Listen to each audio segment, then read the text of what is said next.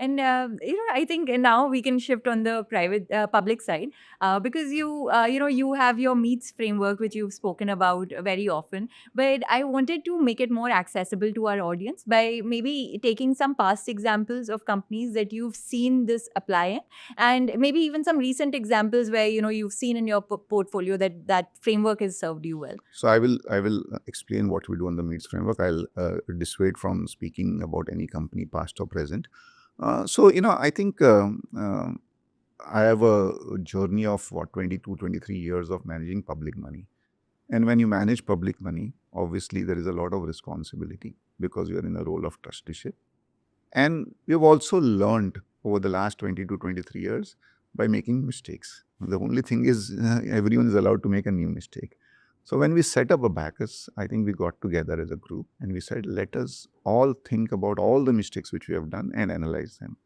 And after analyzing them, we came to a conclusion that frameworks are always helpful. So let us create a framework which would be sort of a benchmark. It will be like things which we would look to do in terms of our analysis before we enter into any company. It's a very simple framework. M is management. Now, everyone talks about investing in good management. But how do you come to a conclusion that this management is good?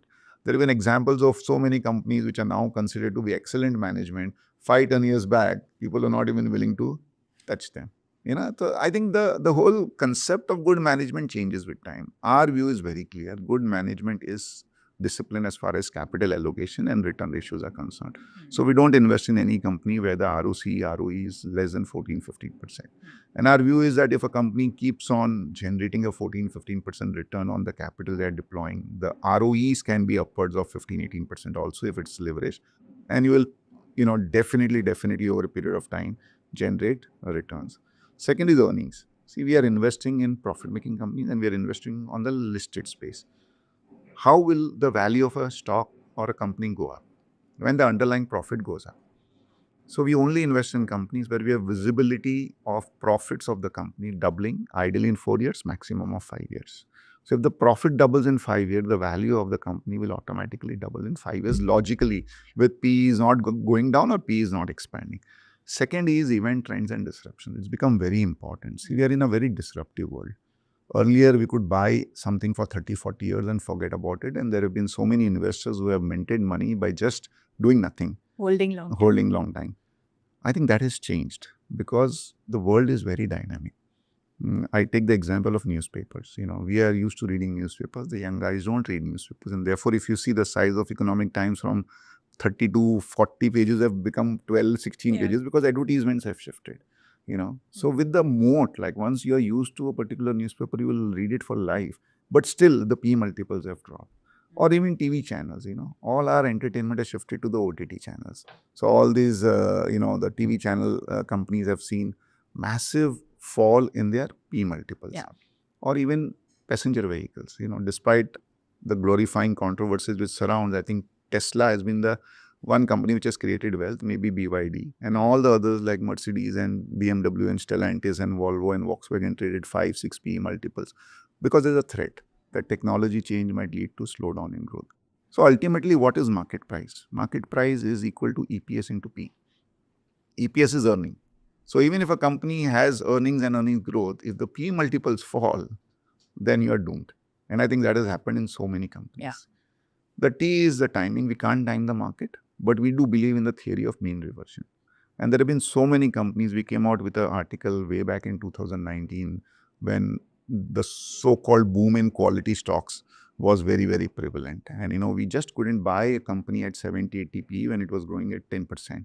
That means that the PE multiple would have to be 70, 80 times all its life for you to make even 10% return, which has never happened anywhere in the world. Even in US, I think there have been some 5-7 companies which have traded at PE multiples of more than 50 times or more than 5 years.